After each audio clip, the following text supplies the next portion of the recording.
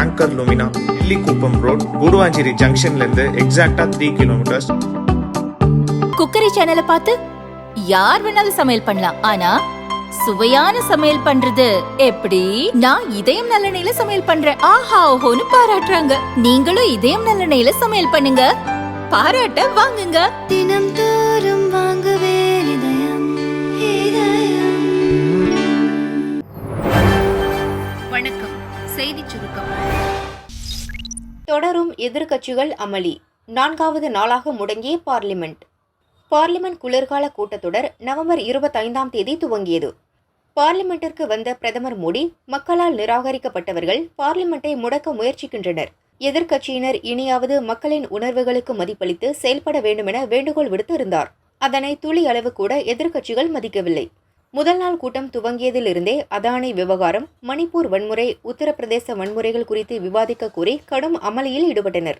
இதனால் கடந்த 3 நாட்களாக லோக்சபா, ராஜ்யசபா இரண்டும் முடங்கியது. தொடர்ந்து 3வது நாளாக எந்த மசோதாவும் தாக்கல் செய்ய முடியாமல் அலுவல் நேரம் முடங்கியுள்ளது. 4வது நாளாக இன்று காலை 11 மணிக்கு ராஜ்யசபா துவங்கியவுடனே வழக்கம் போல எதிர்க்கட்சிகள் அமளியில் ஈடுபட துவங்கினர்.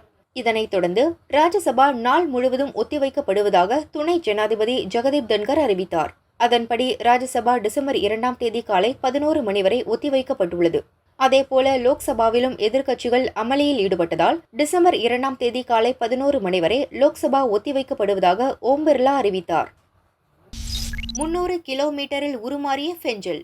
ரெட் அலர்ட்டில் 9 மாவட்டங்கள். புயல் ஆட்டம் ஆரம்பம். கடந்த சில நாட்களாக தென்மேற்கு வங்கக்கடலில் போக்கு காட்டி வந்த ஆழ்ந்த காற்றழுத்த தாழ்வு மண்டலம் ஒரு வழியாக இன்று மதியம் 2:30 மணியளவில் புயலாக வலுப்பெற்றது. இந்த புயலுக்கு ஃபெஞ்சல் என பெயர் சூட்டப்பட்டுள்ளது. தென் சென்னையிலிருந்து 300 கிலோமீட்டர் தூரத்தில் நிலவும் புயல் தொடர்ந்து வடமேற்கு திசையில் நகரும். நாளை மதியம் காரைக்கால், மாமல்லபுரம் இடையே புயலாகவே கரையை கடக்கும். அப்போது மணிக்கு 90 கிலோமீட்டர் வேகம் வரை காற்று வீசக்கூடும் என்று சென்னை வானிலை மையம் எச்சரித்துள்ளது. இந்த புயல் காரணமாக தமிழகத்தின் 9 மாவட்டங்களுக்கும் புதுச்சேரி, காரைக்காலுக்கும் ரெட் அலர்ட் விடுக்கப்பட்டுள்ளது. அதன்படி இன்று செங்கல்பட்டு, விழுப்புரம், கடலூர், மயிலாடுதுறை, நாகப்பட்டினம், புதுச்சேரி, காரைக்கால் மாவட்டங்களுக்கு ரெட் அலர்ட். சென்னை, திருவள்ளூர், காஞ்சிபுரம், அரியலூர், தஞ்சாவூர், திருவாரூர் மாவட்டங்களுக்கு ஆரஞ்ச் அலர்ட். ராணிப்பேட்டை, திருவண்ணாமலை, கள்ளக்குறிச்சி, பெரம்பலூர், திருச்சி, புதுக்கோட்டை, சிவகங்கை, ராமநாதபுரம் மாவட்டங்களுக்கு மஞ்சள் அலர்ட் விடுக்கப்பட்டுள்ளது. நாளை சென்னை, திருவள்ளூர், செங்கல்பட்டு, காஞ்சிபுரம், விழுப்புரம், கள்ளக்குறிச்சி, கடலூர் மற்றும் புதுச்சேரிக்கு ரெட் அலர்ட்டும், ராணிப்பேட்டை, திருவண்ணாமலை, வேலூர், பெரம்பலூர், அரியலூர், தஞ்சாவூர், திருவாரூர், மயிலாடுதுறை, நாகப்பட்டினம் மற்றும் காரைக்காலுக்கு ஆரஞ்ச் அலர்ட்டும், திருப்பத்தூர், கிருஷ்ணகிரி, தருமபுரி, சேலம், நாமக்கல், திருச்சி, புதுக்கோட்டை, கரூர் மாவட்டங்களுக்கு மஞ்சள் அலர்ட்டும் விடுக்கப்பட்டு உள்ளது. டிசம்பர் 1ஆம் தேதி நீலகிரி, கோவை, திருப்பூர், திண்டுக்கல், ஈரோடு மாவட்டங்களுக்கு ஆரஞ்ச் அலர்ட். கிருஷ்ணகிரி, தருமபுரி, சேலம், நாமக்கல், கரூர், தேனி, மதுரை மாவட்டங்களுக்கு மஞ்சள் அலர்ட் விடுக்கப்பட்டுள்ளது. டிசம்பர் 2 மற்றும் 3ஆம் தேதிகளில் நீலகிரி, கோவை, திருப்பூர், தேனி, திண்டுக்கல், ஈரோடு மாவட்டங்களுக்கு மஞ்சள் அலர்ட் விடுக்கப்பட்டுள்ளது. ரெட் அலர்ட் விடுக்கப்பட்ட பகுதிகளில் ஒரே நாளில் 210 மில்லிமீட்டருக்கு மேல் மழை கொட்டி தீர்க்கும். ஆரஞ்ச் அலர்ட் விடுத்த பகுதிகளில் 120 முதல் 210 மில்லிமீட்டரும், மஞ்சள் அலர்ட் விடுத்த பகுதிகளில் 70 முதல் 110 மில்லிமீட்டர் மழை பெய்யக்கூடும் என்றும் வானிலை மையம் எச்சரித்துள்ளது. ஃபெஞ்சல் புயல் உருவானதால் கொந்தளிக்கும் புதுச்சேரி கடல். அதிகரிக்கும் தரைக்காற்று. வங்கக்கடலில் நிலவிய ஆழ்ந்த காற்றழுத்த தாழ்வு மண்டலம் புயலாக மாறும் என வானிலை மையம் 3 நாட்களுக்கு முன்பே அறிவித்தது. இருப்பினும் 2 நாட்களாக போக்கு காட்டி வந்த நிலையில் இன்று மதியம் 2:30 மணியளவில் ஃபெஞ்சல் புயலாக மாறியது. இது வடமேற்கு திசையில் நகர்ந்து நாளை மதியம் காரைக்கால், மாமல்லபுரம் இடையே கரையை கடக்கும் என கணிக்கப்பட்டுள்ளது. புயல் கரையை கடக்கும் போது 90 கிலோமீட்டர் வேகத்தில் காற்று வீசும் என்றும், வட கடலோர மாவட்டங்களில் கனமழை, அதிகனமழை பெய்யும் என்றும் வானிலை மையம் அறிவித்துள்ளது. புதுச்சேரியில் 2 நாட்களாக மழை ஓய்ந்திருந்த நிலையில் புயல் உருவானதிலிருந்து சாரல் மழை தொடங்கியிருக்கிறது. வழக்கத்திற்கு மாறாக காலை முதல் புதுச்சேரியில் மிதமானது முதல் பலத்த காற்று வீசியது. ஆழ்ந்த காற்றழுத்த தாழ்வு மண்டலமாக வலுப்பெற்றதிலிருந்தே கடல் சீற்றம் அதிகரித்த நிலையில் இப்போது கடும் கொந்தளிப்புடன் காணப்படுகிறது. இதனால் கடற்கரை பகுதிக்கு பொதுமக்கள் வரவும் குளிக்கவும் தடை விதிக்கப்பட்டுள்ளது. மீறி வரும் மக்களும் திருப்பி அனுப்பப்படுகின்றனர். இதற்கிடையே துறைமுக பகுதியிலிருந்து மிக அருகாமையில் புயல் வீசக்கூடும் என்ற அபாயத்தை குறிக்கும் வகையில் புதுச்சேரி, கடலூர் துறைமுகங்களில் 7ஆம் எண் புயல் எச்சரிக்கை கூண்டு ஏற்றப்பட்டுள்ளது. கிரேன் மூலம் படகுகளை தூக்கி சென்ற மீனவர்கள். ஃபெங்கல் புயலால் முன்னெச்சரிக்கை.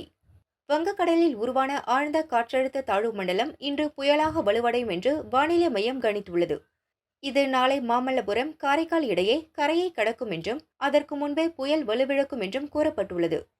புயல் சின்னம் காரணமாக செங்கல்பட்டு மாவட்டம் கோவளம், காணத்தூர், ரெட்டிக்குப்பம், முட்டுக்காடு பகுதிகளில் கடல் சீற்றத்துடன் காணப்படுகிறது. 5வது நாளாக மீனவர்கள் கடலுக்கு செல்லாத நிலையில் படகுகள் கடலில் நிறுத்தப்பட்டு உள்ளன. கடல் சீற்றத்தின் காரணமாக படகுகள் ஒன்றோடு ஒன்று மோதி சேதமடைகின்றன. இதனால் மீனவர்கள் ஊராட்சி உதவியுடன் கிரேன் மூலம் படகுகளை கரைக்கு கொண்டு வந்து பாதுகாப்பாக நிறுத்தி வைத்துள்ளனர். இங்கே பார்த்தீங்கன்னா 2-3 நாளாகவே நாங்கள் இந்த கடல் படிப்படியாக கொஞ்சம் இன்க்ரீஸ் ஆச்சு. அப்புறம் தண்ணி வருமா எதிர்பார்த்தோம். ஆனால் இன்றைக்கி நேற்று நைட்டு பார்த்தீங்கன்னா தண்ணியோட அளவு அதிகமாகிட்டு இன்னும் போட்டு கரைக்கு எடுக்க முடியாத கஷ்டப்பட்டுட்டு இருக்கோம். இந்த புயல் என்னன்னா இவங்க கவர்மெண்ட் என்ன சொல்கிறாங்க, எங்களால் கணிக்க முடியல சொல்கிறாங்க. ஆனால் இது எங்களாலும் கணிக்க முடியல.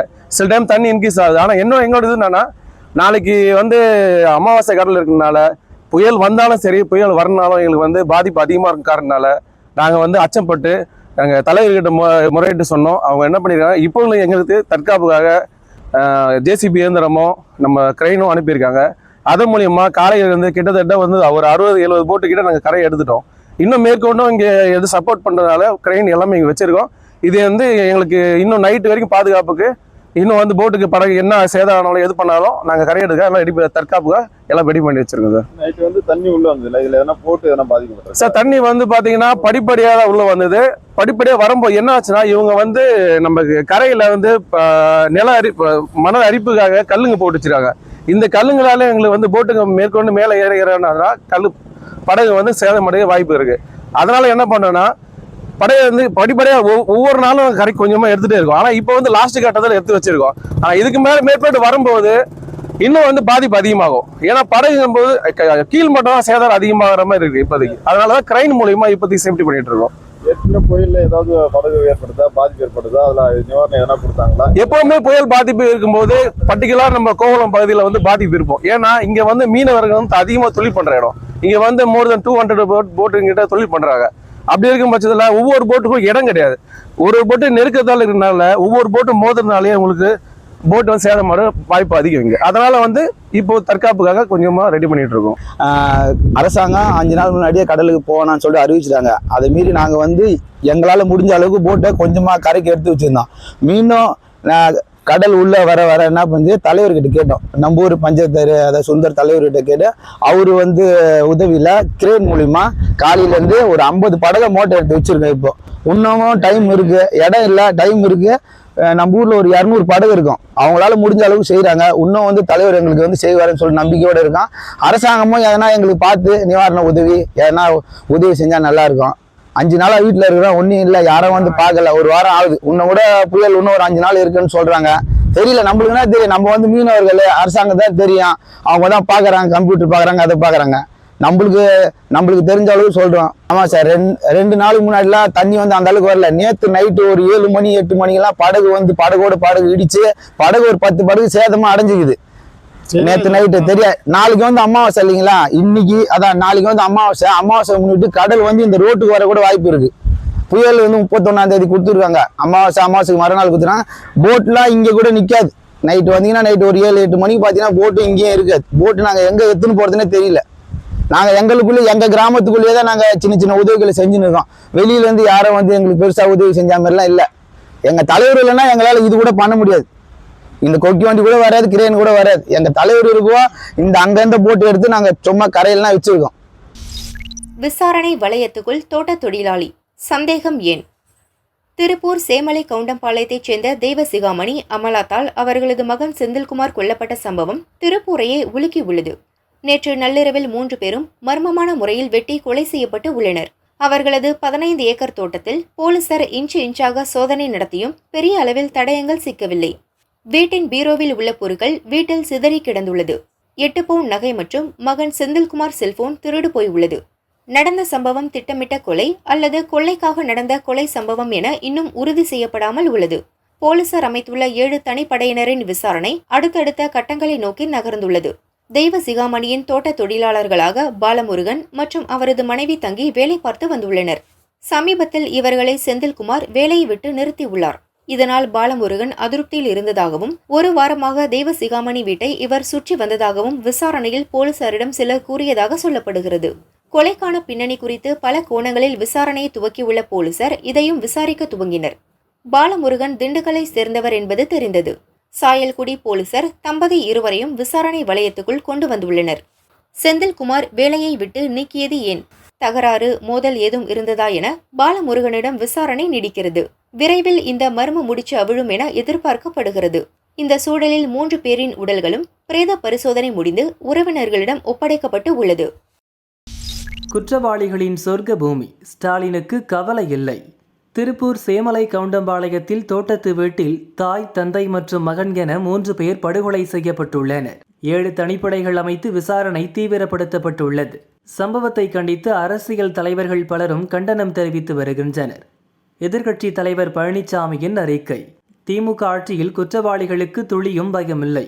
நடக்கும் தொடர் குற்றங்கள், இங்கு ஒரு ஆட்சி இருக்கிறதா இல்லையா என்ற கேள்வியை மக்களிடத்தில் எழுப்புகின்றன. தமிழ்நாட்டை குற்றவாளிகளின் சொர்க்க பூமியாக மாற்றியிருக்கும் ஸ்டாலினின் திமுக அரசுக்கு கடும் கண்டனம். கொலையில் தொடர்புடைய அனைவரையும் கைது செய்து சட்டம் ஒழுங்கை காக்க இனியாவது செயல்படுமாறு வலியுறுத்துவதாகவும் பழனிசாமி கூறியுள்ளார். கடந்த ஆண்டும் பல்லடத்தில் இதேபோல் வீட்டில் புகுந்து ஒரே குடும்பத்தில் 4 பேர் வெட்டி கொல்லப்பட்ட சம்பவம் நடந்தது. சமூக விரோதிகள் மீது கடுமையான நடவடிக்கை எடுக்க முடியாதபடி போலீசாரின் கைகள் கட்டப்பட்டுள்ளது. தமிழகத்தில் சிறிதும் பயமின்றி வீடு புகுந்து கொலை செய்யும் அளவுக்கு சட்டம் ஒழுங்கு சீர்குலைந்து கிடக்கிறது. முதல்வரோ இதுகுறித்து எந்த கவலையும் இன்றி இருக்கிறார். சட்டம் ஒழுங்கை காக்க இயலாத திமுக அரசால் மக்கள் பாதுகாப்பு கேள்விக்குறியாகி உள்ளது. எதிர்க்கட்சியினரையும் அரசை விமர்சிப்பவர்களையும் கைது செய்ய மட்டுமே போலீசாரை பயன்படுத்தாமல் மக்கள் பாதுகாப்பை உறுதி செய்ய வேண்டும் என பாஜக மாநில தலைவர் அண்ணாமலை கூறியுள்ளார். ஸ்காட்லாந்து யார்டுக்கு இணையாக காவல்துறையை கொண்டிருப்பதாக பெருமை பேசும் முதல்வர் அதை ஏவல் துறையாக மட்டுமே பயன்படுத்துவதே ஒட்டுமொத்த சட்டம் ஒழுங்கு சீர்கேடுகளுக்கான முக்கிய காரணம். தமிழகத்தில் நாள்தோறும் அரங்கேறும் கொலை, கொள்ளைகள், பெண்களுக்கு எதிரான குற்ற சம்பவங்களை தடுக்க திமுக அரசு எந்த நடவடிக்கையும் எடுக்கவில்லை. போலீசாரை சுதந்திரமாக செயல்பட அனுமதிக்க வேண்டும் எனவும் அமமுக பொதுச் செயலர் டிடிவி தினகரன் வலியுறுத்தியுள்ளார். பெரிய சேஷ வாகனத்தில் பத்மாவதி தாயார் வீதி உலா. திருப்பதி திருச்சானூர் பத்மாவதி தாயார் கோவிலில் வருடாந்திர பிரம்மோற்சவம் நடந்து வருகிறது. பிரம்மோற்சவத்தின் 2ஆம் நாளில் பத்மாவதி தாயார் பெரிய சேஷ வாகனத்தில் எழுந்தருளினார். வீரலட்சுமியாக விஷ்ணுமூர்த்தி அலங்காரத்தில் மாடவீதியில் வலம் வந்த தாயாரை பக்தர்கள் வழிபட்டனர். ஸ்ரீ வெங்கடேஸ்வர நாட்டிய பள்ளி மாணவர்களின் நடன நிகழ்ச்சி இடம்பெற்றது. இந்து தர்ம பிரச்சார பரிஷத் மற்றும் தாச சாகித்ய திட்டத்தின் சார்பில் பல்வேறு கலை நிகழ்ச்சிகள் நடந்தன.